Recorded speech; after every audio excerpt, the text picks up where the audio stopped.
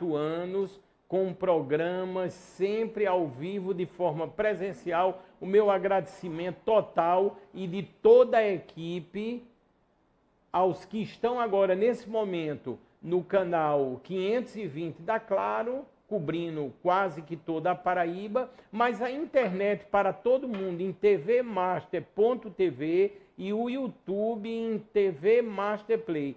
Nós temos imagens aí, Alisson, a gente sempre está nesse momento do Saúde Master falando da mulher e principalmente protegendo a mulher, está aparecendo aí. Eu ressalto mais uma vez no início desse bloco, é o projeto social de minha autoria, o Nós Salvamos Vidas. Alguns cliques você pode denunciar crimes contra a mulher. Aí são mulheres vestindo a camisa do projeto, encabeçando o projeto, divulgando o projeto para todo o Brasil, onde você pode e deve denunciar. Lembrem, última estatística, a cada 1 segundo ocorre um crime contra as mulheres do nosso querido Brasil, como, por exemplo, o assédio. Portanto, devemos, não podemos ser omissos. Omissão é crime, também deve ser denunciada. Se você quiser ir pelo site nós-salvamos-vidas.com.br, lá tem as opções de denunciar também crimes contra criança, contra idosos. Você clica, cai numa central em Brasília, não serão robôs, pessoas capacitadas irão lhe atender, irão lhe ouvir. Você pode mandar foto, você vai estar dentro do ambiente do WhatsApp em Brasília, e aí você pode mandar relatos de áudio, de fotos. Hoje é tão fácil você, de repente, fotografar um crime, ou então gravar algo. Você vai reunindo provas, você receberá um número de protocolo para poder acompanhar. Portanto, nós salvamos vidas. Esse é o nosso lema e sempre iremos aqui exaltar. Atenção, esse é o segundo bloco do programa Saúde Master e, como eu avisei, eu tenho ao meu lado uma grande médica, eu posso dizer uma amiga da área da oftalmologia. E hoje, em especial, nós vamos falar dos transplantes de córnea a nível do Hospital Universitário Lauro Vanderlei, que é a doutora Camila Gadelha, que já pode ser mostrada só com um detalhe. Doutora, atenção no que eu vou dizer. A senhora está agora ou vai presenciar um momento bem especial aqui no Saúde Master. Porque, como eu sempre digo, de uma forma inédita, nós estamos completando agora, nesse momento, presencialmente e ao vivo, a entrevista ou a entrevistada de número 440. E isso é um recorde mundial. Portanto, 440 entrevistas, sempre entrevistas ao vivo, de forma presencial. Portanto, essa é a entrevista de número 440. Muito obrigado, doutora. Eu que agradeço, Fábio. Bom dia a todos que assistem Saúde Master. É um prazer estar aqui novamente. Eu que agradeço o convite e poder falar algo do meu dia a dia e que seja tão esclarecedor para a nossa população. Muito obrigada, Fábio. Doutora, é lógico que a título do Hospital Universitário, nós vamos exaltar justamente o que falamos no início. Uma grande especialidade está no currículo da senhora, está na essência da senhora, justamente a parte de transplante, ligada aos transplantes de córnea. E nós tivemos uma notícia excelente. Sempre é importante ressaltar, porque isso vem a agregar que justamente o Hospital Universitário fez o seu primeiro transplante. Não é isso, doutora? É isso aí, Fábio. Essa semana nós tivemos a honra, a gratidão de poder realizar o primeiro transplante do Hospital Universitário Lauro Vanderlei. O mais importante disso não é ser o primeiro, não é ser o pioneiro. É que nós vamos dar continuidade a um trabalho de alta complexidade. há um trabalho de extrema importância. Se Deus quiser, até o fim do ano, no Hospital Universitário também será realizado os transplantes de fígado, né? Estamos trabalhando para isso. E foi uma longa estrada, uma longa caminhada. E nós pudemos brindar essa semana, não só com o primeiro, mas também com o segundo transplante. Já realizamos, inclusive, o segundo. O primeiro foi na segunda-feira e o segundo transplante na quarta-feira. Nós pudemos, inclusive, salvar um olho que já estava com uma úlcera de córnea perfurada, né, ou para perfurar, que não teve tratamento clínico efetivo. E aí, graças a Deus, obtivemos sucesso nos dois, os pacientes se encontram muito bem. E isso é uma gratidão para mim, porque o Hospital Universitário foi meu berço acadêmico, né? Eu me formei na Universidade Federal da Paraíba. Então, poder retribuir isso ao hospital, para mim, é uma grande honra. Doutora Camila Gadelha, eu já tive a grata oportunidade, não sei se foi antes da pandemia, mas já entrevistei aqui a doutora Camila, esse trabalho excelente que a doutora faz. E eu vou dizer com meus próprios olhos, doutora, a senhora está mais linda ainda, doutora. Sensacional, doutora. Eu tenho que dizer, porque realmente está ligado com a visão, viu, doutora? Muito obrigada, pela gentileza. O currículo da doutora, eu faço questão, é lógico, é um breve resumo aqui. A doutora Camila Gadelha é especialista em córnea e cirurgia refrativa, diretora técnica do Banco de Olhos da Paraíba, preceptora de oftalmologia da valorosa Universidade Federal da Paraíba, onde também é mestre, e agora médica, oftalmologista e responsável pelo serviço de transplante de córnea do Hospital Universitário Lauro Vanderlei. Doutora, como a senhora está conseguindo tantas atribuições? E a família, doutora? Como é que vai, doutora? E aí? A família também é bem cuidada. A gente bem cuidada, né, doutora? Tudo, a gente consegue. Mas é uma honra mesmo, assim. A gente se divide, a gente faz muita coisa. E tudo é resultado de uma vida toda, né, Fábio? Eu estudo durante toda a vida. Eu me lembro, assim, para esse transplante, tudo que aconteceu, né? Desde da época de estudo, da época de escola, da época de faculdade, da época de residência médica, da época de quando eu voltei de São Paulo para cá, para a gente estabelecer as atividades no banco de olhos, né, poder captar as córneas, poder avaliar. Eu me lembro a primeira vez que um médico, colega de Campina Grande, doutor Sabino, estimado doutor Sabino, elogiou: nossa, as córneas do Banco de Olhos da Paraíba vêm com muita qualidade, parece um espelho transparente. Então, assim, é todo um trabalho realmente que vem sendo realizado lá no Hospital Universitário para poder chegar nesse transplante. A gente vem trabalhando bastante. Então, a gente começou, lembro o dia em que eu fui à sala do superintendente, doutor Marcelo Ticiano, e conversei: doutor Marcelo, a gente precisa reativar aqui o serviço de transplante, vamos criar uma comissão intra-hospitalar de doação de órgãos e tecidos para transplante. E aí ele, de pronto, me recebeu muito bem. Na mesma hora, já convidou algumas pessoas, porque havia uma comissão intra-hospitalar de transplante, mas ela não estava em atividade, né? Então, a partir disso aí, a gente foi construindo palestras, eventos, esclarecimentos. A gente criou muitas atividades lá, até que culminou com o pedido para o Sistema Nacional de Transplante nos habilitar também, não só para ser um hospital doador, né, que faz captação de órgãos, mas também que faz o transplante. Então, culminou com essa semana, né, essa nova era, esse novo espaço dentro do Hospital Universitário para a realização dos transplantes.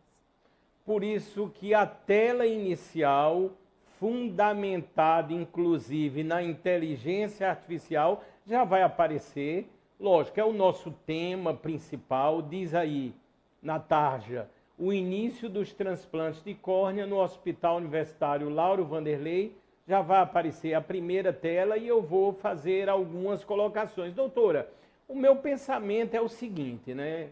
O comentário foi grande nessa semana, as pessoas muito contentes, muito empolgadas, e isso, na minha ótica, vem a agregar.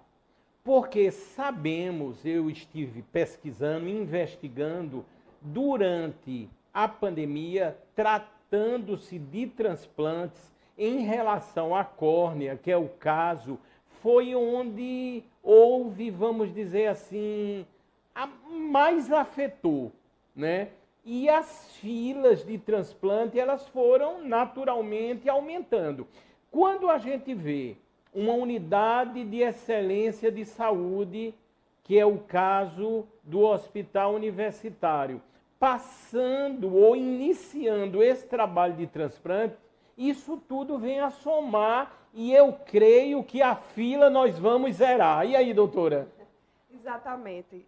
O grande objetivo é zerar a fila, né? A gente sabe que fila a busca de um transplante é uma fila grande, é uma roda viva. Entra um paciente, sai outro, transplanta um, daqui a pouco entra outro para a fila, mas o objetivo é sempre zerar, obviamente, né? E a gente precisa que a população tenha isso em mente, né? Que doar não é apenas um ato de amor, é um direito das famílias. À medida que você doa um órgão, você perpetua a vida daquele ente querido, né? Então, isso é de extrema importância, de grande necessidade.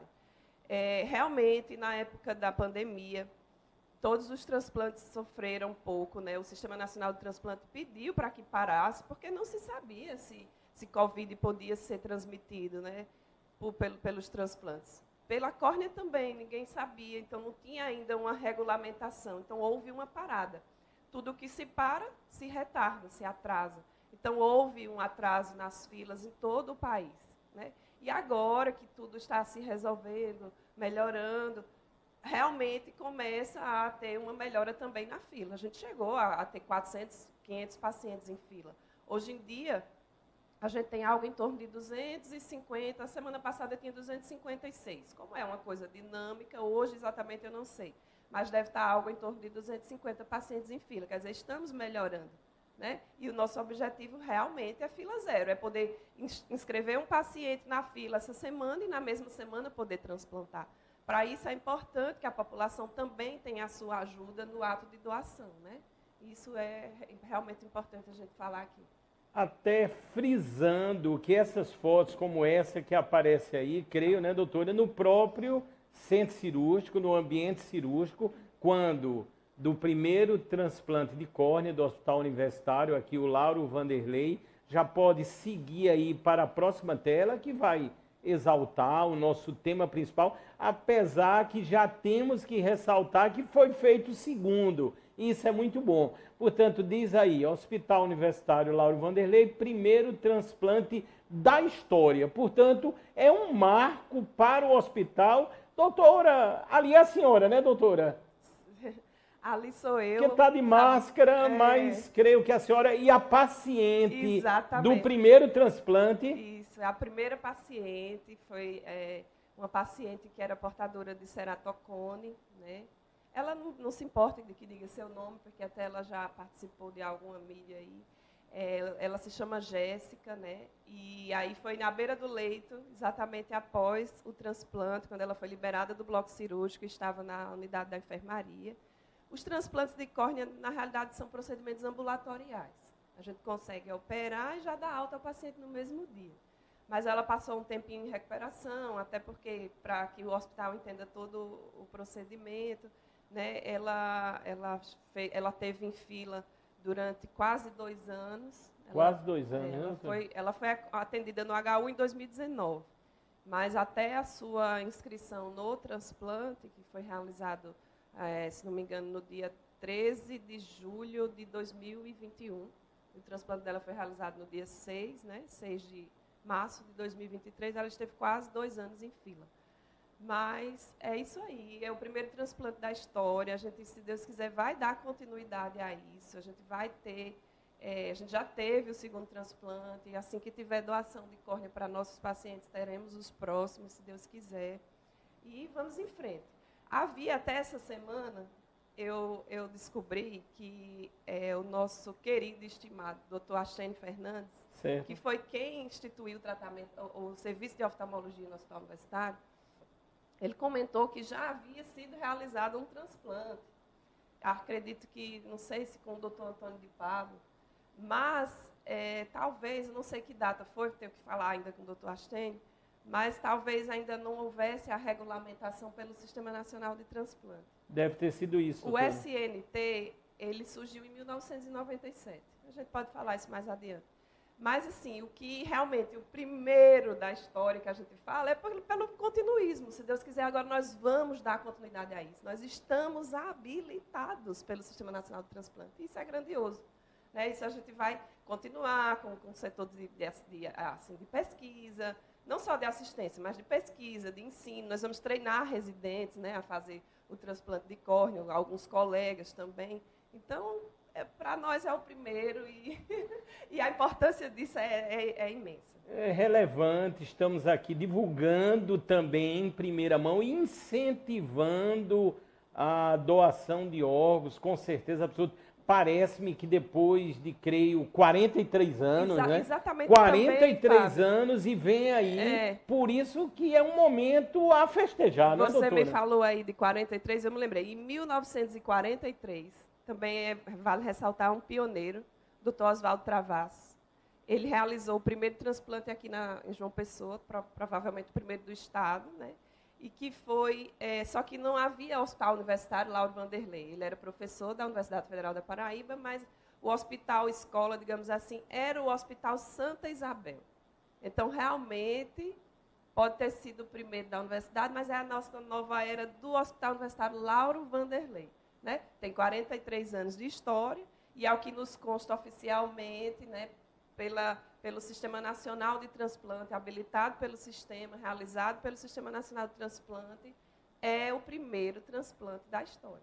Doutor, uma curiosidade, nós temos os momentos aqui também BBB. Se o Alisson puder colocar ainda essa foto aí da primeira paciente aí com o transplante de córnea, total sucesso. Doutora, quando ela abriu os olhos, o que foi que ela falou? Qual foi a primeira coisa? Ela lhe observou, ela se emocionou? Como foi aí? Estou ansioso para saber e o público também. E aí, doutora? Então, ela foi, depois desse momento aí, ela continuou com o tampão, né? Que o primeiro dia a gente deixa, porque o olho está anestesiado, então tem que proteger. Ela voltou para casa, após almoçar, e no dia seguinte, na terça-feira, ela foi ao ambulatório de oftalmologia lá do Hospital Universitário, quando eu pude atendê-la juntamente com os residentes.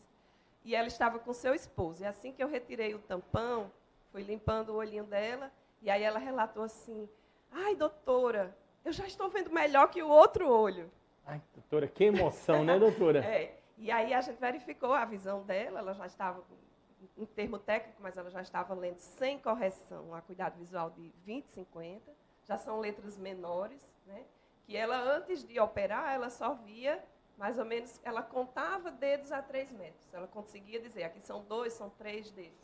A 3 metros. Ela não via nenhuma letra lá no painel que a gente utiliza para verificar, para fazer a aferição da acuidade visual. Então, ela ficou extremamente feliz, né? O que é que ela sente nesses primeiros dias? Ela sente uma sensaçãozinha de corpo estranho, algo que pode durar até 15 dias, mas nada demais. Ela já está super feliz, super agradecida. Nos levou presente, carta de agradecimento, e isso é muito grato para nós. Doutora, eu tenho certeza que esses momentos, assim, me refiro ao transplante de córnea, a senhora já vivenciou na trajetória. A senhora é muito nova, mas faz um trabalho grandioso, um trabalho belíssimo. Doutora, a trajetória da senhora é educacional, a senhora é paraibana. O que foi que despertou quando a senhora abriu os olhos para a medicina? E aí, doutora? Eu sou paraibana, eu sou souzense. É mesmo, doutora? Que bacana. bacana. Dos dinossauros. E meu avô era médico, né? Meu saudoso avô, doutor Leleiro, foi deputado 24 anos. E ele é médico, a minha irmã mais velha. Eu até me emocionei aqui. Não, doutora, aqui o programa é feito também de emoções. A minha irmã mais velha, Ana Beatriz, é cardiologista em Sousa, né? Então foi a primeira médica assim, da minha família mesmo. E depois veio o meu irmão, Fernando Gadelha, que é médico, e que me trouxe o amor pela oftalmologia. Né? Quando ele voltou de São Paulo, da residência, eu estava terminando o curso de medicina. E aí o doutor Astênio, ele abriu um serviço de oftalmologia lá no Hospital Universitário, né? Ele foi um pioneiro lá, juntamente com o Lions na época. E quando eu era estudante, ele abriu um concurso para os estudantes fazerem um estágio extracurricular. E aí eu fui agraciada, eu passei nesse concurso como estudante, como graduanda. E aí eu pude conhecer realmente, meu irmão chamou a atenção para o oftalmo, mas eu precisava conhecer se era aquilo que eu queria. Então eu fiz um estágio no CEROF, né, que é o Centro de Referência de Oftalmologia do Hospital Universitário. E aí nesse estágio eu pude ver que realmente oftalmo seria a minha vida. E aí fui para a Universidade Federal de São Paulo, onde eu fiz a residência médica, né, que é considerada top da oftalmologia do Brasil. Graças a Deus eu tive essa vamos dizer assim, fui agraciada também com essa formação na Unifesp. E lá, após fazer os 3 anos de residência médica, eu me encantei com a córnea, né? Realmente foi o que me chamou mais a atenção.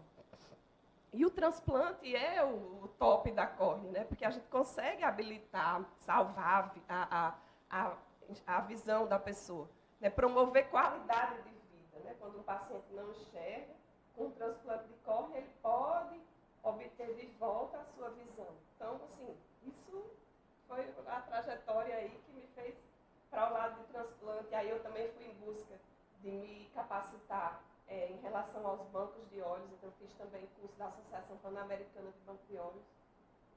Fui certificada como médica, diretora em banco de olhos, né, com capacidade técnica para gerir o banco de olhos. E aí eu venho realizando isso desde 2009 até hoje. Já realmente tem uma marca aí de quase 1000 transplantes de córnea realizados. Doutora, que coisa linda, doutora. Então, estamos aí para cada vez mais continuar esse trabalho, né? Realmente, quando a gente faz uma coisa achando bom, a gente não trabalha. É verdade. A gente vive aquilo, então é isso aí. Doutora, momentos de muita emoção aqui no programa. Eu também sou muito chorão, viu, doutora, assim. Mas, assim, a história do programa Saúde Master é tão rica. Os momentos, né, como esse agora vivenciado, que traduzem a essência da vida, né? Quando a gente traz uma doutora nesse calibre, né, que é o caso aqui da doutora Camila Gadelha, nos emociona. Eu tenho certeza que o público está muito grato. Temos um grande diferencial na nossa Paraíba. E quando a gente fala de transplante, isso está ligado à essência, está ligado à vida, ao amor, ao voluntariado, à disposição das pessoas, das famílias, muitas vezes naquele momento de dor, em optar por uma doação de córnea e fazer com que outras pessoas passem a ver o mundo com outros olhos, não é, doutora? Com certeza, Fábio, com certeza. Ajuda outras pessoas, perpetua a vida daquele ente querido, né? Então, assim, é algo muito grandioso mesmo. À medida que você ajuda outra pessoa, né, que é um órgão que pode, inclusive, assim, não só o de córnea, mas, sei lá, transplante renal, transplante hepático, transplante cardíaco, pode salvar a vida, né? Então, além de poder salvar a vida, a gente ainda perpetua a vida daquele ente querido, no momento de dor, obviamente. Mas se a gente pensar que pode perpetuar a vida daquela pessoa em outra pessoa, acho que isso conforta o coração de quem faz a doação. Nós falamos, e na sequência, o próximo tema, fizemos uma colocação, vamos apenas dar uma ampliação na chamada fila, né? Já ressaltamos, eu coloquei aí mais de 200 pessoas esperando uma córnea na Paraíba. É lógico, como a doutora falou, e agregando as unidades que já faziam e fazem esse transplante, e agora, somado ao Hospital Universitário Lauro Vanderlei, que é bom que se diga, é um hospital de referência e de excelência para esse e outros vários procedimentos, como a doutora já falou. Aí, doutora, dentro desse ritmo, pensando a nível, vamos dizer, Brasil, muitas pessoas estão esperando por uma córnea nesse momento? Sim, Fábio, muitas pessoas estão esperando por córnea nesse momento. Inclusive, há 2 semanas, um colega, que é pernambucano, ele é de Recife, ele está criando uma comissão junto ao Conselho Brasileiro de Oftalmologia para que possamos ver as alternativas para diminuir realmente essa fila a nível nacional, né? Pernambuco é um estado vizinho e tem uma fila maior que a nossa, um tempo de espera maior que o nosso. E essa preocupação vem sendo, sim, um item assim, importante até a nível de Conselho Brasileiro de Oftalmologia. E até preparei um documento, né, colocando ali algumas dificuldades enfrentadas pelo Banco de Olhos, pela Central de Transplante, e algumas ideias, né, para que a gente possa nos unir nacionalmente e tentar reduzir essa fila, né? Aí, aqui, o que a gente pode utilizar do seu programa é realmente esclarecer a população sobre a real necessidade, né? Se não tem doação, não tem transplante. A gente tem mais um centro transplantador, né? Aqui na Paraíba nós tínhamos em torno de 9 centros transplantadores de córnea, agora temos 10, né? O HU é o 10º. É o único hospital público que realiza o transplante de córnea. As outras instituições são privadas. Então, é mais um centro transplantador, é mais uma força para que a gente consiga tentar reduzir a fila, mas há essa preocupação e que o objetivo realmente é que o paciente se inscreva na fila e não passe muito tempo com aquela patologia que pode ser resolvida com o transplante. Na sequência, a próxima tela, nós vamos falar um pouco dentro dessa linha de esclarecimento das patologias na córnea. Doutora, quais são as mais incidentes? Outra coisa que eu posso dizer, no ato de divulgação da nossa entrevista, várias pessoas indagaram, vou perguntar, obviamente, à doutora Camila Gadelha. Doutora, habitualmente se tem, eu sei que os avanços, né, na área da tecnologia, na área do conhecimento e na área da oftalmologia são imensos e sempre serão, mas normalmente, vamos dizer assim, o deficiente visual de nascença já nasceu, vamos dizer, cego. Esse não tem mais modo de se realizar um transplante e ele voltar a ver o mundo. E aí, doutora? Então, Fábio, o transplante de córnea ele é capaz de reabilitar a visão, certo? Quando o problema está, a patologia está na córnea. Certo? Então, se o paciente é portador de uma patologia na córnea, mesmo que de nascença, se ele fizer o transplante, ele vai recuperar a visão. Agora, por exemplo, é um paciente que tem uma cegueira, você utilizou de nascença, por exemplo, um glaucoma congênito, um tumor na retina, um retinoblastoma, algo que dificultou a visão, mas que não esteja sendo provocado por uma patologia na córnea, nós não vamos tratar com transplante de córnea. O transplante de córnea ele vai reabilitar a visão quando ocorre uma patologia na córnea. Quais são as mais incidentes, como você comentou? Então, nós temos distrofias na córnea, que são alterações genéticas, né, que podem provocar tanto embaçamento visual devido tanto a uma opacidade como por um edema, por um inchaço da córnea e faz com que a córnea, essa lente transparente do olho, mais externa aqui, onde a gente vê o brilho do olhar, onde reflete o brilho da luz. Então, se há qualquer patologia que faça com que essa córnea perca a transparência, isso vai dificultar a visão, e aí o transplante pode reabilitar. Então, distrofias na córnea, ceratocone, não sei se você já ouviu falar, que é uma patologia que acomete jovens, né, que é uma doença progressiva e que o transplante pode curar, mas assim, vale ressaltar que tem outros tratamentos para se evitar a necessidade do transplante, né? Hoje em dia tem o crosslink, que a gente aplica uma vitamina e uma radiação ultravioleta capaz de fazer com que o ceratocone iniba sua progressão, que ele estabilize, não progrida e não leve o paciente à necessidade de um transplante. Mas é uma das doenças, como, por exemplo, a de Jéssica Samara, a primeira paciente do HU. Ela tinha um ceratocone avançado, já com leucoma, que é uma opacificação da córnea, uma ectasia, uma protrusão muito importante, que leva a um astigmatismo que nada resolve, lente de contato não resolve mais, óculos não resolve mais. Então, ela realmente tinha uma indicação precisa para o transplante de córnea.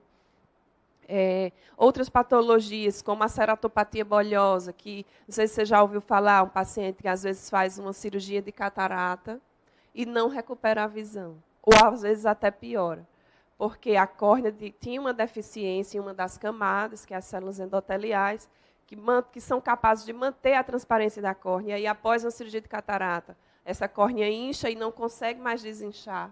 E aí é necessário um transplante de córnea, né? É outra patologia. As úlceras de córnea, que não se consegue tratar clinicamente. Úlcera é uma ulceração, né? Por causas infecciosas ou não infecciosas. E aí a córnea vai perdendo a sua característica de transparência e de regularidade, e aí isso dificulta a visão e pode até levar a uma perfuração do olho, né? Que é o caso do segundo paciente do HU dessa semana. Ele vinha num tratamento para úlcera de córnea e o tratamento clínico não obteve sucesso, e aí vem o transplante para salvar a visão dele. Então, essas são as mais incidentes. Voltando para a criança, você falou uma criança que nasce com problema, e aí ela pode recuperar a visão com o transplante de córnea? Sim, tem causas congênitas, né? Alterações congênitas da visão, patologias que a criança já nasce com problema na córnea, e isso é até motivo de priorização. Né?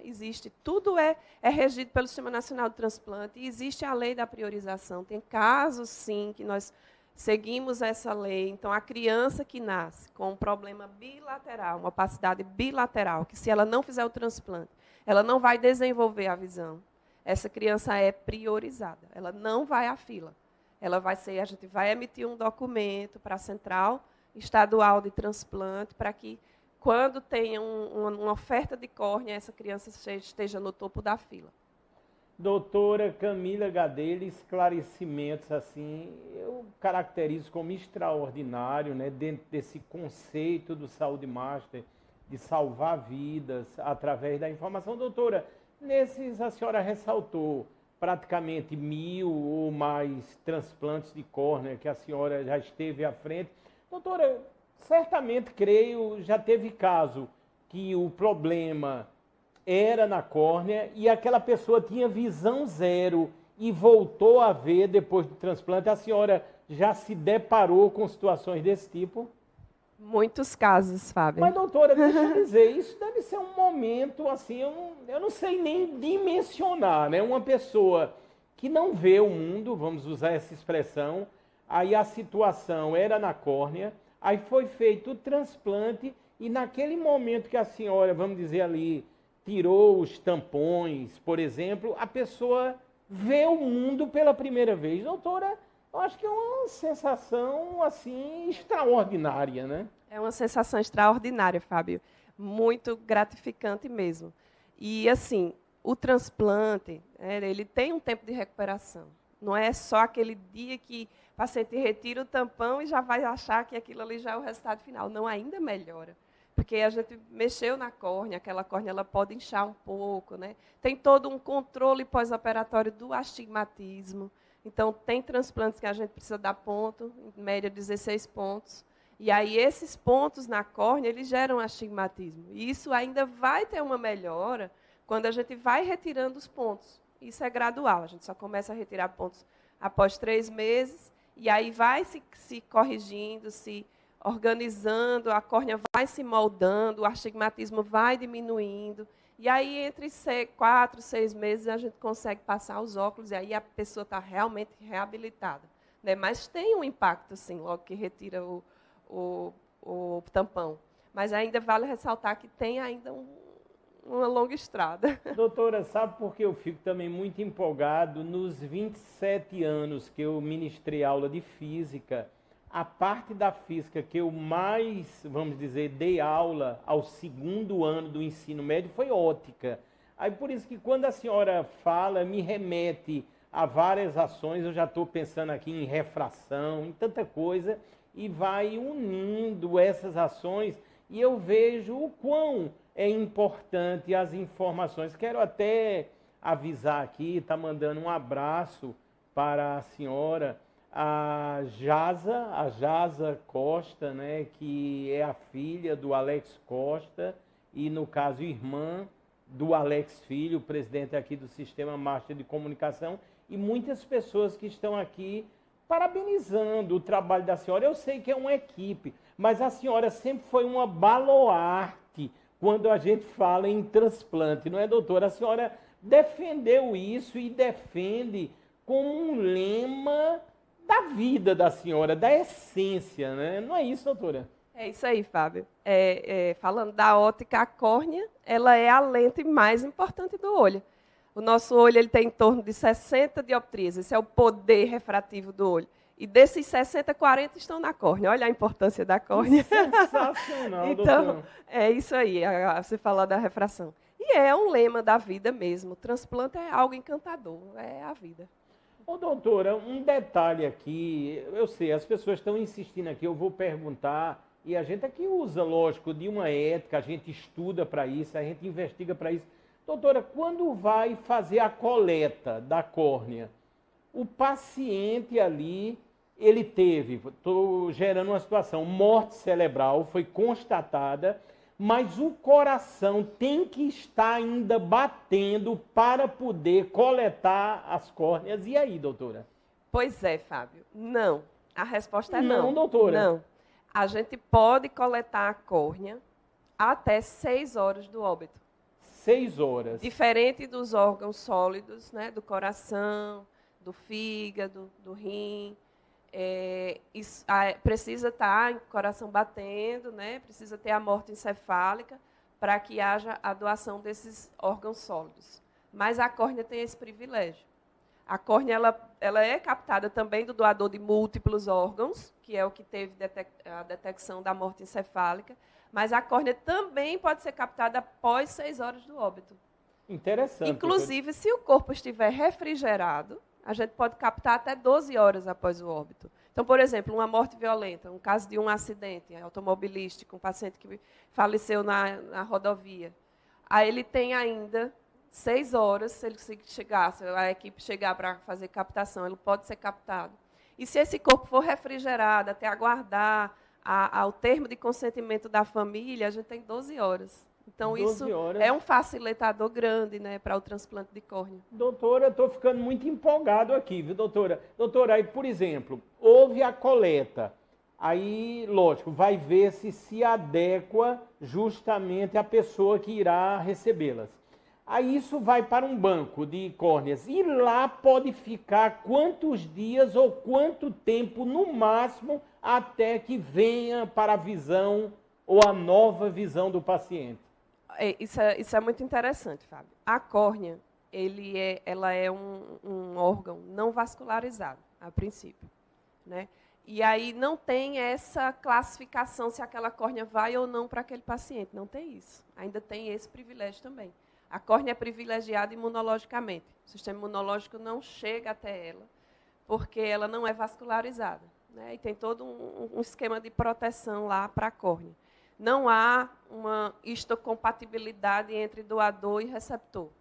A única coisa que pode evitar que aquela córnea vá para um doador e para qualquer doador é se tem lá os critérios de exclusão. Dentre eles, por exemplo, se o doador morreu de septicemia, se o doador tinha leucemia, linfoma, se o doador morreu de morte de causa desconhecida, se ele era portador de HIV, de hepatite aguda, se ele tinha sífilis, chagas, isso aí já é nosso aqui da Paraíba, mas não é nacional.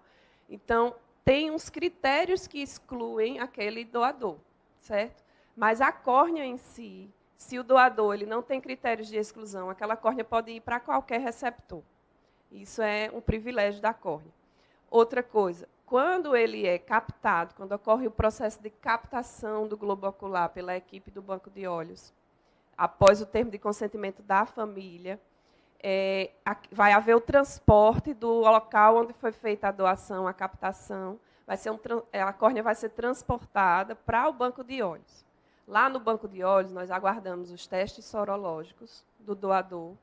Nós fazemos, essa córnea vai ser preservada, certo? Ela vai para um líquido de preservação, o nome é Optisol GS, que ele é um meio enriquecido com aminoácidos, com ácido hialurônico, para manter a integridade da córnea. E tem também os antibióticos para manter aquela córnea livre de infecção, né? Gentamicina, streptomicina, é o Optisol GS, é o que a gente usa como padrão, que é o melhor, assim, considerado o melhor mundialmente. e é esse que a gente utiliza aqui na Paraíba. Então, dentro desse líquido de preservação, essa córnea tem 14 dias para poder aguardar pelo transplante. Então, também é outro privilégio da córnea. Interessante, doutora, 14 dias. 14 dias. Doutora, vou me aprofundar ainda mais. Doutora, na coleta, certo, das córneas, a senhora, como médica, tem que estar presente? Essa é uma dúvida que eu acho que o público imenso aí deve estar tendo nesse momento. E aí, doutora? Então, na coleta, nós temos os técnicos do Banco de Olhos da Paraíba para fazer essa captação, certo? Eles foram treinados. Em alguns momentos eu estive presente, mas hoje eles são totalmente habilitados e eles fazem isso sozinhos, né? Cada plantonista tem os plantonistas do dia, então ele é habilitado, capacitado para fazer a enucleação, que é o procedimento cirúrgico de retirada do globo ocular. O que é que obrigatoriamente tem que ser eu que faço é a avaliação daquele tecido da córnea para eu saber se ele está hábil, se ele está transparente, se ele não tem nenhuma opacidade, se ele não tem nenhuma deformidade, se ele não tem perda de células endoteliais. Então, eu faço a avaliação da viabilidade do tecido, para poder depois liberar para o receptor. Então, passa por um processo de avaliação, tanto de teste sorológico, como de avaliação em lâmpada de fenda, em microscópio especular, quando se tem. E aí, depois é que é liberado. Então, eu faço a liberação ou não daquele tecido. Ele passa por critérios de seleção, né? Então, tem todo. O objetivo do banco de olhos é manter a córnea, oferecer uma córnea com qualidade e que não seja transmissora de doenças. Entendi. Então, é esse o grande objetivo. Doutora, maior aprofundamento. Faleceu, foi constatado, morreu em casa. Pode fazer a coleta das córneas no ambiente residencial. E aí, doutora? Então, tem aí, nesses casos, tem o serviço de verificação de óbito, né, o SVO. Certo. Nesses casos é um pouco mais difícil, mas se a causa da morte não é uma causa de contraindicação, se for uma causa conhecida da morte do paciente, ele pode ser um doador, certo? E aí, claro, vai entrar nos nossos critérios de avaliação. A pessoa pode doar. E aí, se vai ou não ser viável para um transplante, a nossa equipe do Banco de Olhos é que vai fazer a avaliação. A gente vai coletar todos os dados do paciente, os testes sorológicos, avaliar a córnea se está em devidas proporções de qualidade, e aí sim vai ser liberado para o doador, o receptor que está em fila.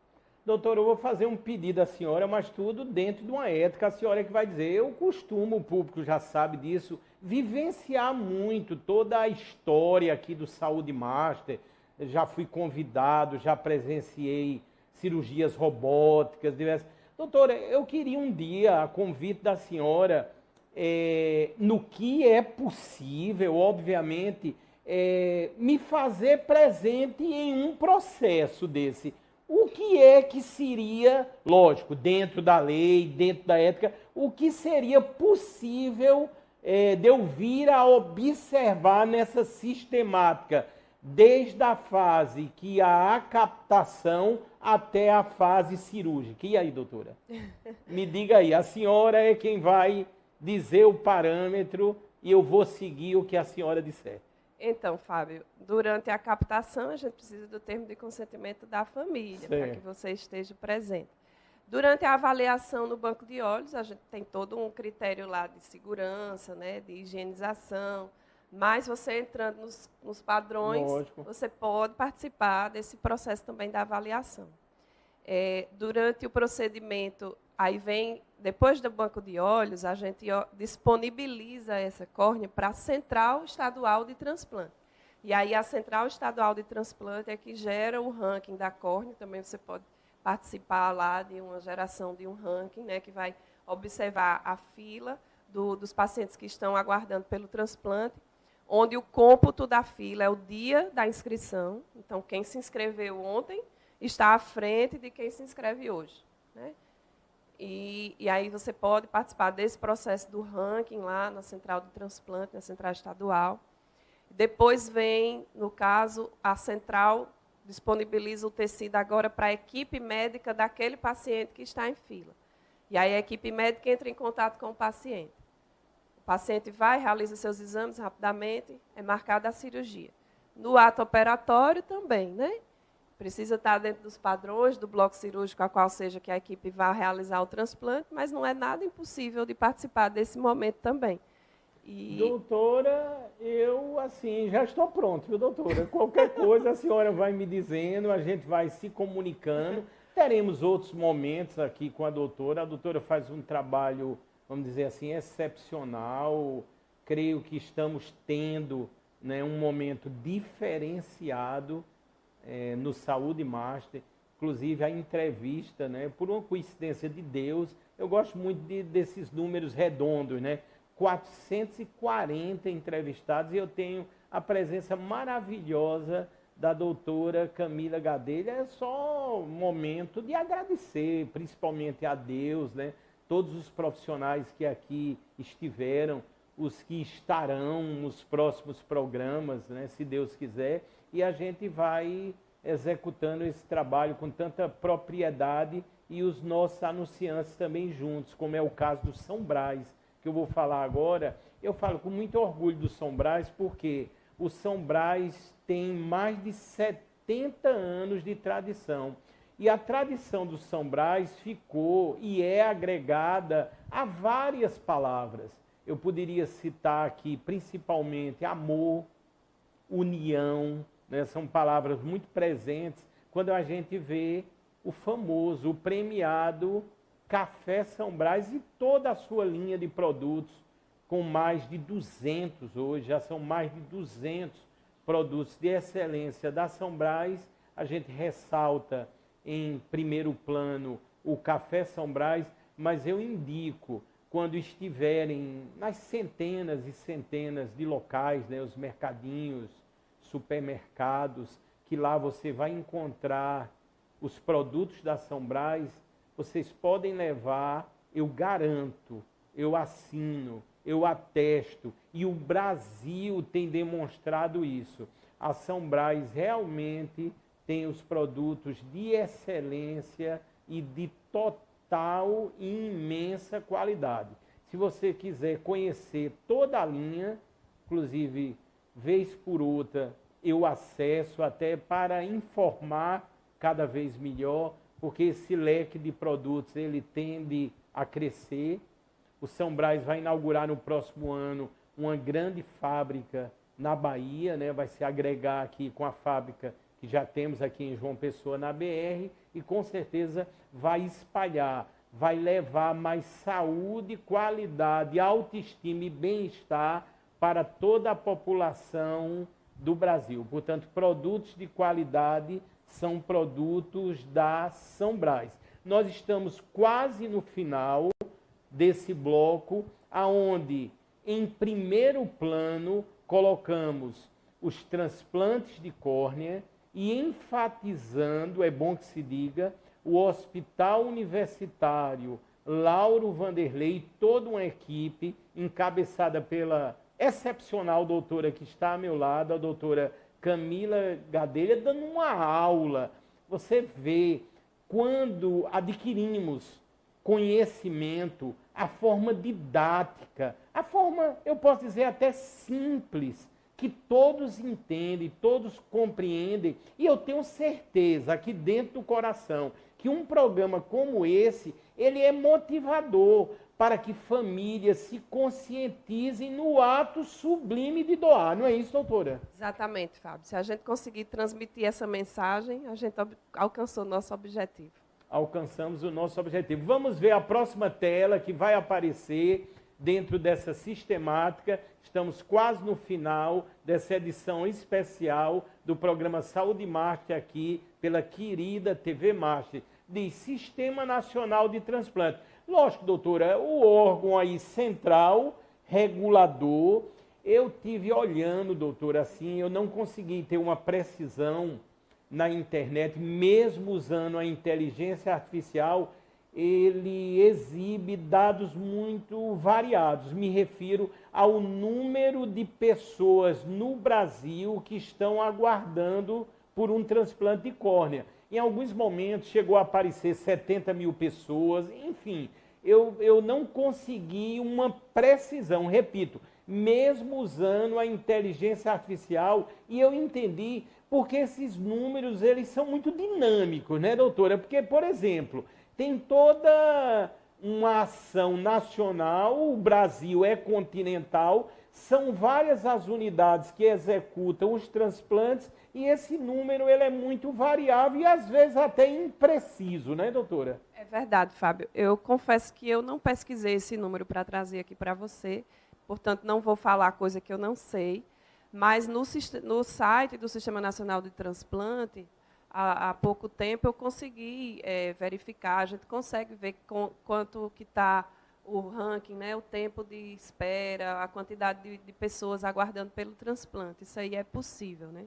O Sistema Nacional de Transplante, ele é a entidade nacional que regulamenta os transplantes de órgão no Brasil, né? E ele foi criado por um decreto, decreto 2268 de junho de 1997.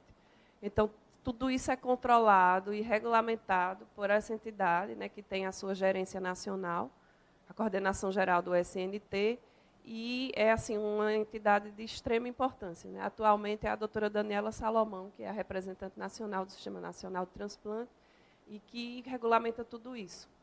Tem muitos pacientes de córnea, né, região sudeste, tem bastante, mas tem essa busca, como eu comentei com você, pelo Conselho Brasileiro de Oftalmologia para tentar reduzir fila, né? E assim, o SNT nos habilitou agora, recentemente, né, no dia 30 de janeiro de 2023, saiu a habilitação do Hospital Universitário Lauro Vanderlei, depois de um longo processo, depois de visita da equipe da Central Estadual de Transplante, para verificar que o hospital está em condições adequadas para se realizar o transplante. Em breve, se Deus quiser, eles estarão lá novamente para habilitar para o transplante de fígado, que é o próximo. E o SNT é nosso grande órgão aí, responsável pela realização dos transplantes no nosso país. Doutor, eu estou até me lembrando, quero fazer um agradecimento, a senhora já citou, já esteve aqui, está, né, fazendo uma administração junto com a grande equipe brilhante, o doutor Marcelo Ticiani, né? Já entrevistei também a esposa do doutor aqui, e assim, eu não tenho dúvida que veio a agregar muito, a motivar, a dar um olhar maior para o aspecto do transplante de córnea, e por aí vai. São muitos os aspectos. Tanto nesse final, se puder deixar em câmera aberta aí, ao Alisson, a todas as pessoas, ao Rafael, agradecer a produção da Verônica Amorim também, fizemos mais uma edição. E, doutora, as considerações finais da senhora, e eu poderia passar horas elogiando a senhora, mas elogiando com mérito, com embasamento, porque a senhora é uma grande mulher, uma excepcional médica, e eu tenho certeza que o público hoje vibrou. O público tem no seu coração, na sua mente e no seu olhar. Fizemos e salvamos muitas vidas hoje. Doutora, as palavras finais da senhora. Obrigada, Fábio, pelo convite e pela oportunidade de estar aqui mais uma vez, né? Estamos aí prontos, habilitados no Hospital Universitário para receber nossos pacientes. Nós vamos tanto diagnosticar, como acompanhar, como operar, ver o pós-operatório. Então, estamos de portas abertas, né? É um serviço que vai ser regulado pela Secretaria Municipal de Saúde, mas estamos aí, prontos para recebê-los. Muito obrigado, doutora Camila Gadelha. E assim estamos encerrando. E atenção, é um recorde mundial. Esse foi o entrevistado ou a entrevistada aqui ao vivo e presencial de número 440. E isso é um recorde mundial. Estamos diante de um recorde mundial. Entrevista de número 440 aqui com a excepcional doutora. Sensacional, deu certo, foi, doutora. Agora no final, e muita emoção, e 440 programas, eu só tenho assim que agradecer imensamente. E tem uma nitidez, a nitidez. estamos salvando vidas, estamos fazendo a diferença na saúde na TV brasileira. Doutora, Parabéns, ei, doutora, obrigado, eu aqui tenho que agradecer. Assim estamos encerrando mais um Saúde Master. Aguardem as próximas edições. Daqui a pouquinho, já no YouTube, em TV Master Play. Comece a compartilhar, comece a salvar, assista novamente. Cada vez se aprende mais. É a informação que você vai disseminar, mas a informação do bem, a informação que salva. Por isso, sempre iremos dizer, nós salvamos vidas. Muito obrigado.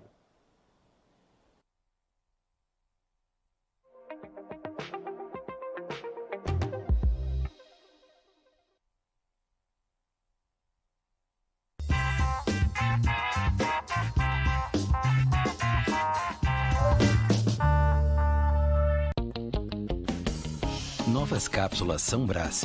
Todo mundo que adora café vai amar essa novidade.